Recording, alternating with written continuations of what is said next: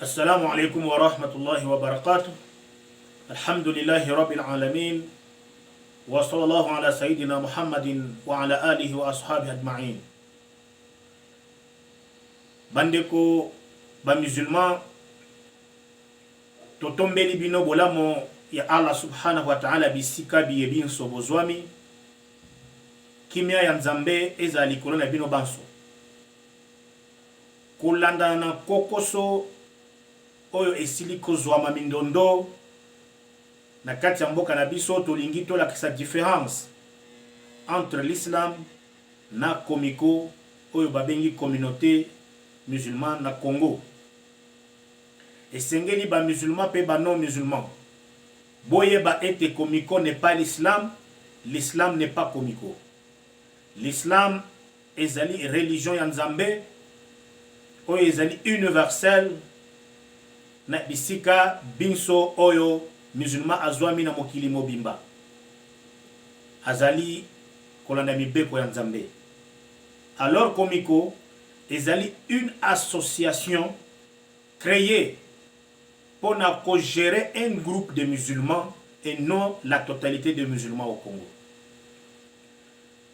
Historique ya komiko ebandi na tango Mobutu Sese Seko apesaki ndingisa ya ko créer communauté oyo et ko représenter l'islam apesi yango kombo ya Remisa à l'époque aye ko bimisa ordonnance présidentielle pour na ko reconnaître communauté wana oyo ezali ko représenter l'islam à l'époque a komi ko diriger yango ye na ba oyo atiaki bango yango omonaka ete représentant esengeli aza reconnu et pas ya l'état ba pesa ye bajib ba pesa ye garde corps pona nini parce que ezali entité association oyo ezali ya gouvernement ya République du Congo reconnu par la République mais ezali islam en général te ba musulman soki bomoni ete kokoso nungu nungu et koti kati ya komiko ezali ko bebisa image ya islam ezali ko manipuler ba musulman ezali ko escroquer les biens ya ba musulman ezali ko créer discrimination raciale entre les musulmans, division tribale entre les musulmans, ko créer ba guerre na bitumba o ezangi tina entre les musulmans, botika komiko na état congolais basilana musulman bo créer eloko na bino oyo bino nyonso bokozala na yango bosangani boponi moto oyo bokoloba ete akamba biso mufti akamba biso azala en dehors ya komiko bokozala na kimia pe islam eko se développer na kati ya Congo kasi soki tozui association créée par l'état ya République du Zaïre à l'époque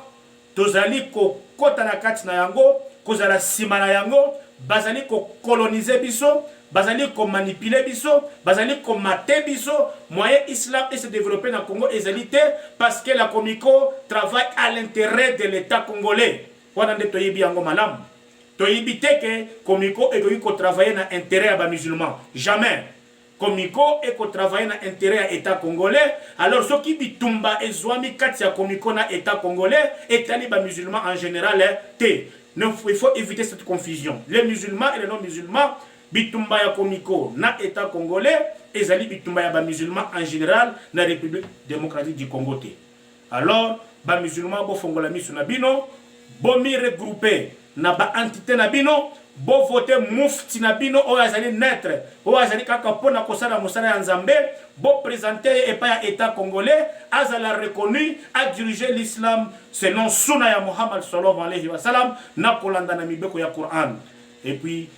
pona kosilisa na sengi ete bino banso bo senga na nzambe po ete akitisa kimia na kati ya mboka wa Congo po ete islam ezala toujours respecté comme d'habitude et kendepe liboso comme d'habitude. Je dis et je vous remercie. Wassalamu alaikum wa rahmatullahi wa barakatuh.